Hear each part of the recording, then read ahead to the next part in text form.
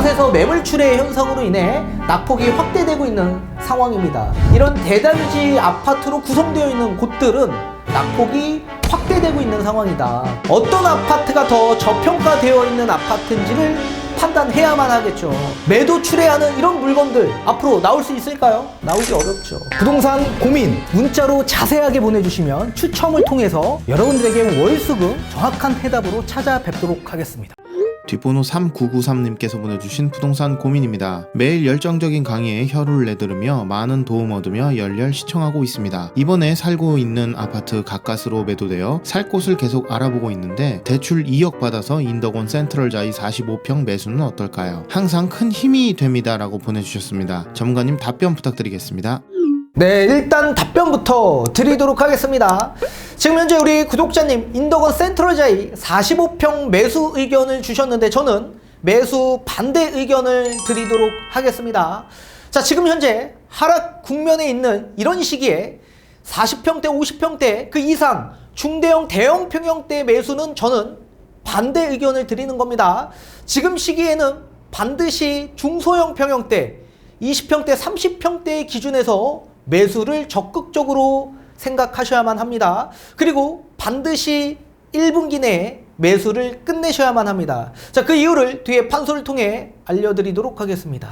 자, 지금 우리 구독자님 인덕원 센트럴자이 45평 아파트를 보고 계신다라고 하셨습니다. 자, 그런데 저는 40평대는 매수 반대 의견을 드렸었죠. 자, 가장 큰 이유가 있습니다. 자, 실거주자 입장에서는 저점 매수를 해야만 하기 때문에 가장 낙폭이 확대된 그 아파트를 잘 선점하셔야만 하기 때문에 그렇습니다.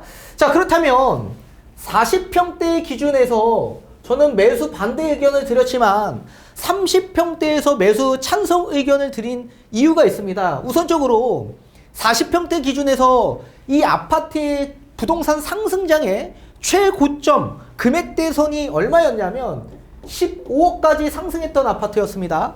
자, 그런데 지금 현재 이 아파트가 12억까지 하락되어 있는 상황이고 12억 원이 최저 호가 물건으로 시장에 나와 있습니다. 자, 그렇다면 만약에 12억 원의 매수를 하게 된다라고 한다면 우리는 마이너스 20% 하락된 아파트를 매수한 격이 되는 겁니다. 자, 그에 반면에 30평대 기준에서 본다면 이 아파트의 최고점 금액이 13억이었는데 지금 현재 13억짜리 아파트가 8억 중반까지 가격이 하락했습니다. 자, 그렇다면 하락률을 보게 되면 하락률은 마이너스 35% 수준까지 하락되어 있는 금액입니다. 따라서 하락률은 30평대 기준 8호 타입이 낙폭이 가장 큰 걸 보실 수가 있습니다. 자, 그렇다면 40평대보다 30평대의 하락률이 커진 확대된 그 이유가 뭐가 있을까요? 자, 우선적으로 낙폭이 확대된 아파트의 큰 특징들이 있습니다. 이 큰 특징을 우리가 잘 알아야지만 왜 중소형 평형대로 우리가 집중을 해야만 하는지 그 이유를 파악할 수 있겠죠. 자, 우선적으로 첫 번째, 우선 물건을 매도하고자 하는 1주택자를 보게 되면 1주택자가 왜 매도 계획을 세우고 있을까요? 자, 1주택자는 우선적으로 영끌하신 분들이 있죠. 1주택자 가운데서 영끌하신 분들 또는 상급지로 갈아타기를 계획하신 분들, 이런 분들이 물건을 좀 저렴하게 또는 급급매로 물건을 매도하고자 하시는 분들이 많더라. 그리고 현재 영끌인 분들은 금리 인상에 따른 영향이 굉장히 크죠. 그리고 영끌을 하신 분들 입장에서는 연령층을 보게 되면 이런 분들은 사회 초년생들이 많더라. 그렇다면 사회 초년생들이 10억이 초과되는 이런 아파트들을 매수하셨을까요? 굉장히 어려웠겠죠. 영끌이라는 단어 자체가 뭡니까? 본인의 소득 수준에 맞지 않게끔 정말 영혼을 끌어다가 대출을 받아서 대출에 대한 이자 부담 압박으로 인해 어쩔 수 없이 물건을 매도하고자 하는 이런 영끌인 분들이 지금 1주택자 가운데서도 간혹 있더라. 따라서 이런 분들이 지금 물건을 추려하는 부분도 분명히 있을 수 있습니다. 또는 1주택자 가운데서 또 상급지역 일대로 갈아타기를 계획하신 분들, 이런 분들은 하급지역을 좀 더 값싸게 매도를 계획하시는 이런 분들의 물건 추례로 지금 현재 낙폭이 확대되고 있는 상황입니다. 자, 그렇다면 이런 분들의 물건 소유하고 있는 지역 일대는 어디가 있을까요? 당연히 상급지가 아닌 하급지역에 많이 분포되어 있겠죠. 또 하급지역 일대 중에서 구축 아파트 그것도 소형 평형대로 구성되어 있는 이런 아파트의 낙폭이 확대되고 있습니다. 자, 1주택 영끌하신 분들 대다수가 서울로 기준을 삼는다면 강북 외곽적 일대 구축 아파트 금액적인 부분에서 가장 저렴했는데, 또 영끌이다 보니까 소득 수준 불구하고 내 집 마련을 계획하신 분들, 이런 분들이 이런 구축 아파트에 매수를 하신 분들이 많았고, 또 갈아타기 하시는 분들도 마찬가지 하급 지역에서 상급 지역으로 이동을 하고자, 또는 소형 평형대에서 중소형 평형, 또는 중소형 평형에서 또 이렇게 중대형 평형으로 갈아타기를 계획하신 분들이 많이 있었죠. 자, 이런 분들의 물건 추례들이 계속 나오고 있는 상황이었습니다. 또 두 번째, 이번에는 1주택자가 아닌 다주택자 중에서 다주택 투자를 계획하신 분들 많죠. 투자자의 물건들이 많이 시장에 출회되는 현상들이 나오고 있습니다. 자, 다주택자 투자 물건들이 시장에 나오고 있는 가장 큰 이유는 역전세에 따른 위험 부담으로 인해서 매도를 계획하신 분들이 굉장히 많이 있죠. 자, 역전세는 기존에 본인이 전세를 줬는데 그 전세 보증금보다 시세가 많이 내려가서 전세 반환이 어려운 분들, 이런 분들이 많이 있을 수 있는데, 이런 분들은 일단 대출이 나오지 않습니다. 대출이 나오지 않는 상황에서 현금 보유 여력이 거의 없는 분들이 많죠. 따라서 이런 분들이 매도를 계획하신 분들이 많이 계십니다. 자, 특히나 서울 아파트 기준에서 본다면 매매 가격 하락폭보다 더 크게 전세 가격 하락폭이 훨씬 더 확대되면서 낙폭을 키우고 있는 상황입니다. 자, 만약에 인덕원 센트럴자이 기준에서 본다라고 한다면 30평대 기준에서 이 아파트 전세 시세가 최고점이 9억까지 찍었던 아파트인데 지금 현재 50% 하락된 4억대 중반에 나와 있습니다. 그렇다면 누군가가 9억에 전세를 줬다라고 가정을 한다면 지금 현재 역전세가 거의 4억대 수준까지 나오지 않았습니까? 그러면 4억의 현금이 필요한데 현금이 있겠습니까? 현금이 없는 분들은 어떻게 됩니까? 대출이 나오지 않기 때문에 어떻게든 마련을 해야 되는데 이게 어려움이 많이 있는 거죠. 자, 이런 상황에서 역월세 개념이 도입되기 시작합니다. 4억의 현금이 없는 분들, 그런 분들은 반대로 임대인이 월세를 받는 게 아니라 임차인이 월세를 받는 형식, 임대인이 임차인에게 월세를 주는 방식이죠. 이걸 역월세 방식이라고 하는데, 자, 금리를 6% 기준에서 4억에 만약에 역월세를 준다라고 가정을 할 경우에 월세가 약 200만 원 정도 발생이 됩니다. 그렇다면 임대인이 임차인에게 약 2년 동안 200만 원을 꼬박꼬박 납부를 해야 되는데 그런 다주택자분들이 많이 있을까요?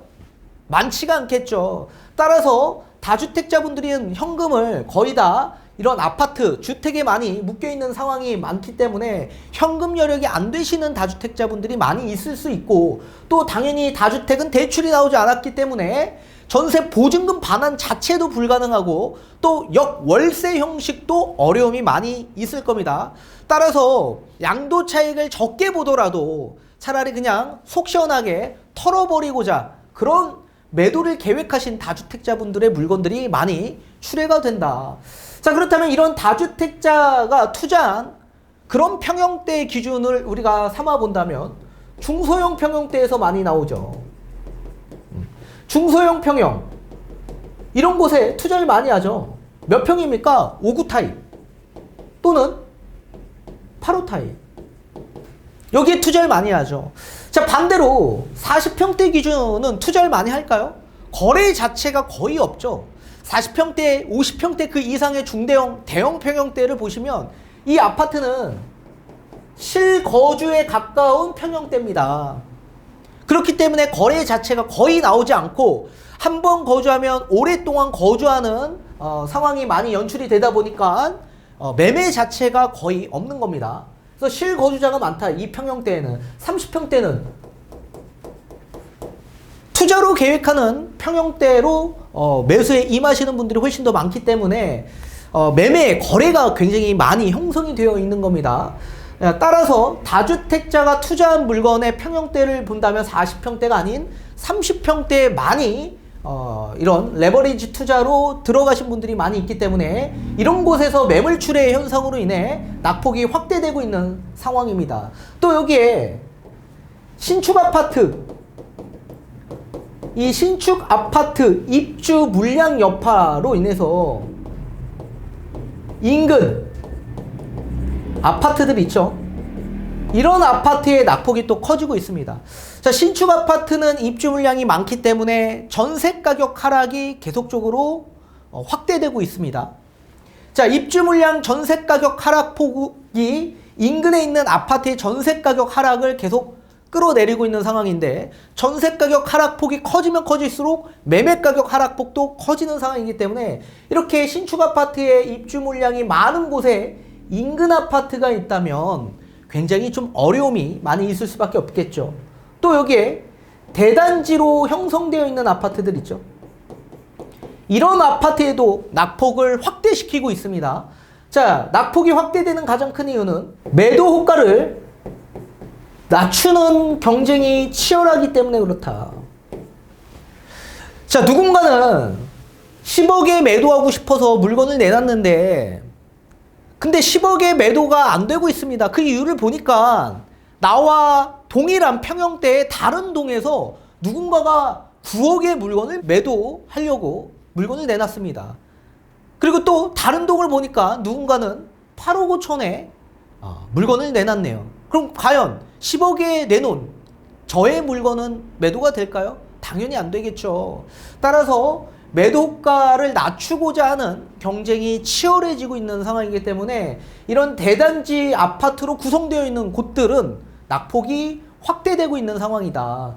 자, 이렇게 본다면 인덕원 센트럴자이 아파트 기준으로 본다면 어떻게 됩니까? 당연히 지금 다주택자가 투자한 물건을 본다면 평형대 구성에서 5구 타입이나 8호 타입의 다주택자 투자 물건들이 많이 분포되어 있기 때문에 40평대보다 30평대 많이 유입이 되어 있는 상황이죠. 따라서 거기에 따른 역전세 위험 부담으로 인해서 현금 여력이 안 되거나 대출이 나오지 않는 다주택자분들의 매도 물건들이 계속적으로 적체되고 있는 상황이고, 또 신축 아파트 입주 물량이 인근에 많기 때문에 또 인근에 구성되어 있는 아파트들은 위험 부담이 높아지고 있는 상황이고, 또 대단지로 아파트로 구성되어 있는 곳들은 매도가 경쟁이 치열해지고 있는 상황이기 때문에 낙폭이 확대되고 있다.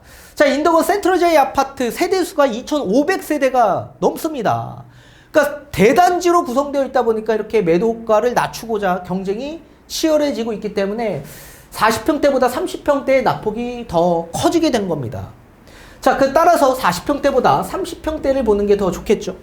자, 그런데 인덕원 센트럴자이만 우리가 보는 게 아니라 인근에 있는 아파트, 비교할 만한 대상 아파트를 잘 비교해서 어떤 아파트가 더 저평가되어 있는 아파트인지를 판단해야만 하겠죠. 자, 그렇다면 인덕원 지역 일대에서 가장 대장급 아파트는 어떤 아파트가 있을까요? 인덕원 엘센트로 아파트 있잖아요. 자, 이 아파트 30평대 기준에서 본다면 이 아파트 최고가가 얼마 나왔냐면 16억 중반까지 상승했던 아파트입니다. 자, 그런데 이 아파트 지금 현재 얼마까지 가격이 하락됐냐? 10억까지 가격이 하락됐다. 하락폭은 마이너스 38%까지 하락을 했습니다. 자, 그렇다면 이 기준에서 본다면 10억까지 떨어진 아파트, 12억까지 떨어진 40평대, 엘센트로에 매수를 하시겠습니까? 아니면 센트럴자이에 매수하시겠습니까? 당연히 엘센트로에 매수하겠죠. 하락폭이 여기가 훨씬 더 크기 때문에. 그리고 부동산 상승에 있어서도 센트럴자이의 40평대보다 엘센트로 30평대의 상승폭이 훨씬 더 컸기 때문에 펀더멘탈이 여기가 훨씬 더 좋죠. 그런데 낙폭은 여기가 더 확대됐다. 그러면 당연히 훨씬 더 신축급 엘센트로 아파트를 봐야 돼요. 그래서 비교할 만한 대상 아파트를 잘 비교해서 선점하셔야만 합니다. 자, 그런데 여기서 의문이 드는 건 뭐냐면 이렇게 낙폭이 확대된 하락률이 높은 아파트만 잘 선점하시면 안 된다. 여기에 착오가 분명히 발생이 되기 때문에 그렇습니다. 자, 그렇다면 부동산 상승에 있어서 이 엘센트로 아파트가 16억 5천까지 올라갔는데 이게 정상적 상승으로 집값이 상승했냐? 그리고 센트럴자이도 15억, 13억까지 올라간 이 아파트가 정상적으로 상승했냐? 그 기준을 잘 따져보셔야만 합니다. 자, 그런데 인덕원역 주변에 있는 신축급 아파트를 잘 보시면 아파트 상승률을 잘 대입해 본다면 이 아파트는 프리미엄이 좀 잔뜩 껴져 있는 상태로 집값이 상승했다. 자, 이 엘센트로 아파트를 아파트 상승률로 도입해서 대입해 본다라고 한다면 이게 16억 중반대까지 올라갈 수는 없습니다. 이 아파트는 15억까지 올라갈 아파트인데 16억대까지 상승을 한 거고, 또 센트럴자이도 마찬가지 15억까지 올라간 아파트가 아니라 이 아파트는 정상적으로 상승을 했다면 이 아파트는 13억대까지 상승했을 아파트였다. 30평대는 12억 수준까지 올라갈 아파트인데 13억까지 올라갔다. 자, 이렇게 거품이 약간 껴서 상승한 가장 큰 이유가 뭘까요? 개발에 대한 이슈가 다 이 집값에 선반영이 되었기 때문에 그렇습니다. 자, 인덕원역 주변을 보면 인덕원 동탄선 그리고 GTX C 노선에 대한 개발 이슈들이 부각이 굉장히 많이 되었었습니다. 부동산 상승기에. 따라서 그런 시기에 투자 수요가 많이 유입되어서 집값을 끌어올렸죠. 자, 그렇기 때문에 이게 이제 정상적 상승이라고 보기에는 어렵다. 그래서 큰 폭으로 이렇게 하락된 거는 가짜 하락폭이다. 그렇게 보셔야 됩니다. 가짜 하락폭. 자, 그렇다면 인덕원 엘센트로와 비교할 만한 대상의 아파트를 꼽아본다면 과천에 레미안 슈루 아파트가 있습니다. 이 아파트만 보더라도 어디가 더 상급 지역입니까? 과천에 있는 레미안 슈루 아파트가 더 상급 지역의 상급 아파트죠. 이 아파트도 30평대 기준에서 본다면 이 아파트 부동산 상승기에 얼마까지 상승을 했냐면 18억까지 상승을 했던 아파트입니다. 자, 그런데 이 아파트 지금 현재 12억까지 하락했다. 하락률을 보게 되면 마이너스 33% 이렇게 하락을 했죠. 자, 그러면 이 18억 수준이 정상적으로 상승을 했냐? 똑같이 엘센트로와 센트럴자이처럼 아파트 상승률을 대입해 본다면 이 아파트는 정상적으로 상승한 아파트다. 그리고 정상적으로 상승한 아파트에서 12억까지 하락했기 때문에 정상적으로 하락률이 마이너스 30% 이상 나온 거다. 그렇다면 여러분들은 센트럴자이 매수하겠습니까? 엘센트로 매수하겠습니까? 레미안 슈루 아파트 매수하겠습니까? 당연히 이 아파트 매수해야죠. 따라서 이렇게 하락률과 부동산 상승기에 여러가지 선반영된 가격에 오판하면 안 된다. 따라서 정상적으로 아파트 상승률을 대입해서 이게 정상적으로 가격이 상승했던 아파트인지, 그리고 하락률이 정상적으로 하락을 했는지 그걸 잘 판단하면서 여러분들이 매수에 임하셔야만 합니다. 따라서 저는 센트럴자이보다 과천 쪽 일대 레미안 슈루 아파트를 보는 게 우리 구독자님한테 가장 이상적인 아파트 매수 추천이 될 수 있다고 보고 있고, 이제는 이런 레미안 슈루 아파트도 물론 마찬가지, 인덕원 쪽 아파트도 마찬가지, 이제는 급급매 물건들이 소진될 겁니다. 따라서 저는 1분기 내에 반드시 매수에 임하라고 말씀을 드리고 싶은데, 이젠 첫 번째 1주택자의 영끌 그리고 갈아타기의 이런 하급지 구축 아파트 물건 이제 나오지 않다. 자, 지금 특례 보금자리론 대출 때문에 영끌을 하신 분들 변동금리로 금리가 엄청나게 많이 상승을 해서 이자에 대한 부담 압박이 있는 분들, 특례 보금자리론 9억 원 이하까지는 이제 대환 대출이 가능하지 않습니까? 최소 3% 수준, 그리고 많게는 4% 초중반까지 고정금리로 대환 대출 해준다. 그렇다면 이제 영끌하신 분들 금리 인상에 대한 이자에 대한 부담 압박이 줄어드는 거 아닙니까? 이런 분들 물건 나오겠습니까? 나오기가 쉽지 않죠. 또한 다주택자에 대한 투자 역전세에 대한 부분, 대출이 안 나와서 현금 여력이 안 되는 이런 분들, 이제는 대출이 나오지 않습니까? 3월 2일부터 다주택자 임차인 보증금 반환 대출이 실행됐습니다. 따라서 현금이 없으신 분들, 현금 여력이 안 되시는 분들, 이제는 대출을 받아서 전세 보증금을 반환해 줄 수 있는 여력이 생겼다. 자, 이렇게 생기게 되면 어떻게 됩니까? 당연히 그동안 역전세가 났던 부분, 대출을 받아서 어느 정도 해지시킬 수 있고, 그리고 역월세에 대한 부분도 대출, 임차인 보증금 반환 대출 받으셔서 그 자금으로 어떻게 됩니까? 역월세 지출하시면 되는 거 아닙니까? 그러니까 부담이 확연히 줄어들 수밖에 없죠. 그렇다면 다주택자의 이런 역전세에 고민이 있는, 매도 출회하는 이런 물건들 앞으로 나올 수 있을까요?